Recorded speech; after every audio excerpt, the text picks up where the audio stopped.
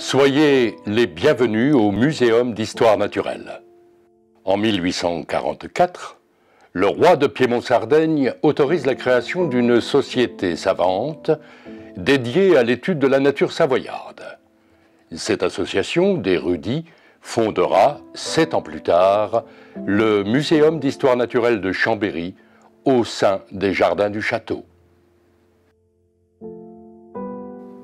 Pour aider le projet, la ville de Chambéry offre ses collections anciennes d'histoire naturelle.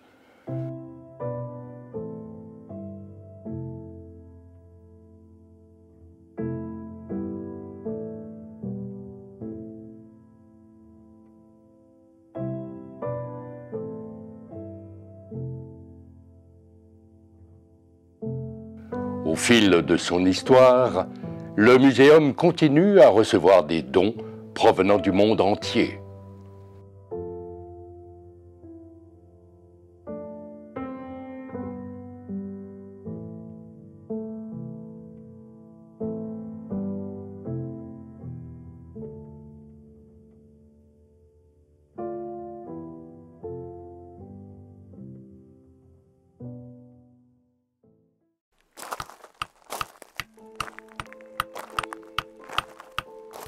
Dans le même temps, les sociétaires organisent des excursions partout en Savoie.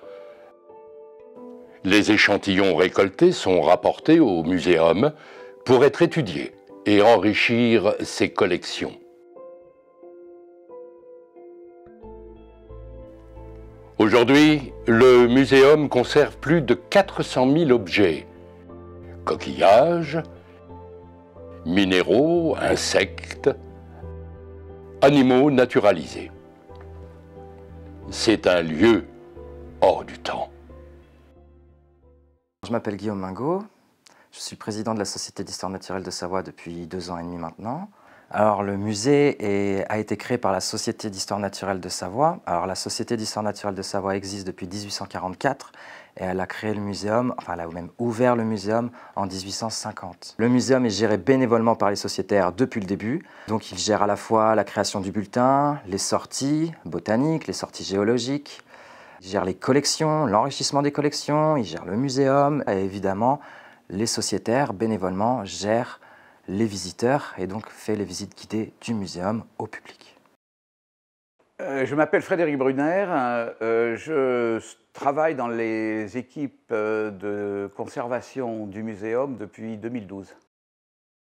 Voilà, alors les réserves, ça correspond à 95%, si ce n'est plus, des collections du muséum.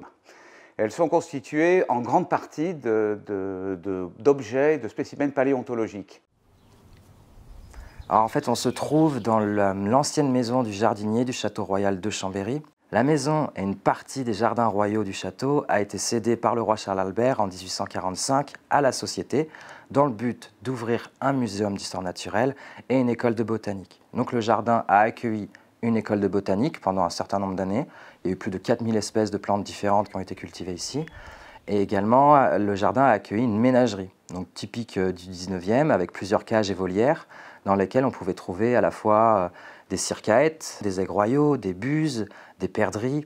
Il y a également eu des renards, des écureuils pour amuser les enfants aussi, et également un lynx, qui est toujours aujourd'hui dans les collections, un ours, c'est un peu plus original, et puis voilà à peu près.